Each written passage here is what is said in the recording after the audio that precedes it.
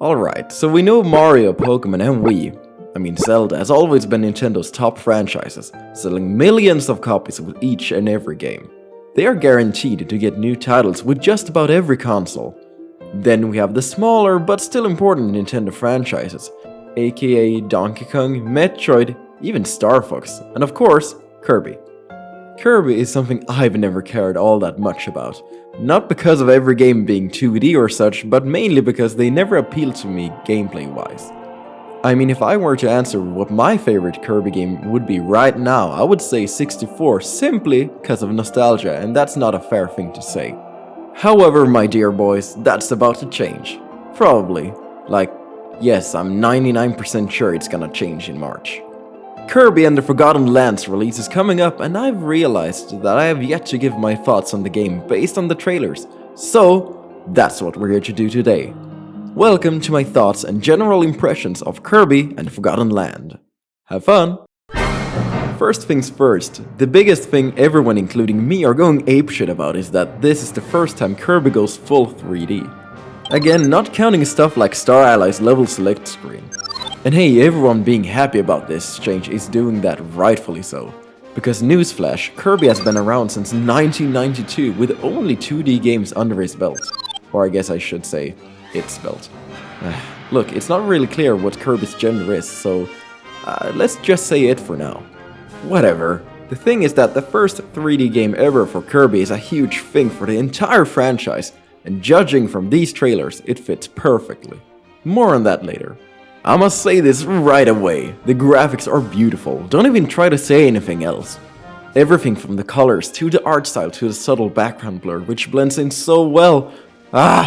This makes my eyes sparkle with happiness. And would you look at that, you can actually have some pretty high quality textures in Switch games. Take notes, Game Freak. I don't know what to tell you other than this is beautiful and you should think so too.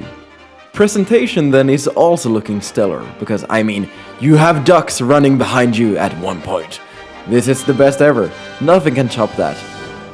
My god.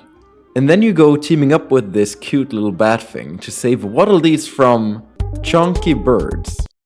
Wait, what? Something is inevitably gonna go wrong and make it so the final boss of the game is against another godlike being, in all honesty. Oh man, is there anything that can ruin this? Well, yes, but also no. For some people maybe, but not for me.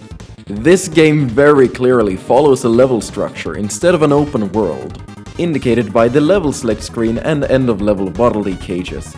And to me, that's not a problem. I mean, it worked well in Super Mario 3D World, so yeah, but for some people this might come as a letdown and in extreme cases might ruin the game for some. And really, if you feel that way, please just enjoy the game for what it is. It's still 3D, open world stuff can wait for future projects. I'd like to think this approach to game design suits Kirby better, seeing as the Kirby character is pretty OP in general. I mean, with being able to float and all, why design a fully open world with challenges to overcome when most people are just gonna fly over it to save time? Linear level design boundaries sorta help nerf Kirby, if you will, and it seems like you can't just fly over the whole stage. I don't know, maybe I'm wrong as hell, but that's my stance on it right now. Oh, and also seeing as Kirby is mainly targeted at younger people, it helps with keeping some of that open world overwhelmingness at bay. But no matter how you wanna play, you can do it with a friend at least.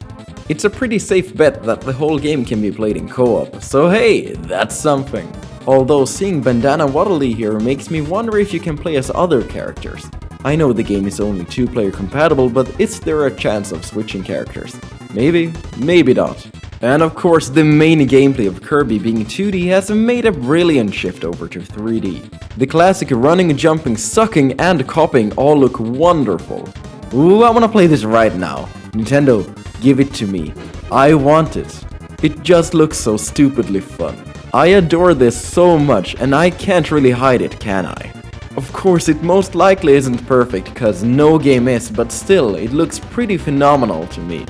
So finally, over all the years of Kirby's on multiple platforms coming and going, am I, Bent, finally going to find that one I really love. I mean, aside from Squeak Squad and its amazing music. It's something I never thought would happen, but things are looking up for once.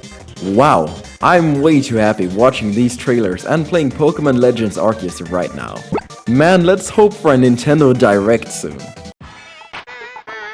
So what do you think of Kirby and the Forgotten Land? Are you hyped as hell? Maybe even got worries? Tell me in the comments below. As always, thank you so much for watching yet another one of my dumb videos. I really love reading all the comments that pop up. Have a good one, boys.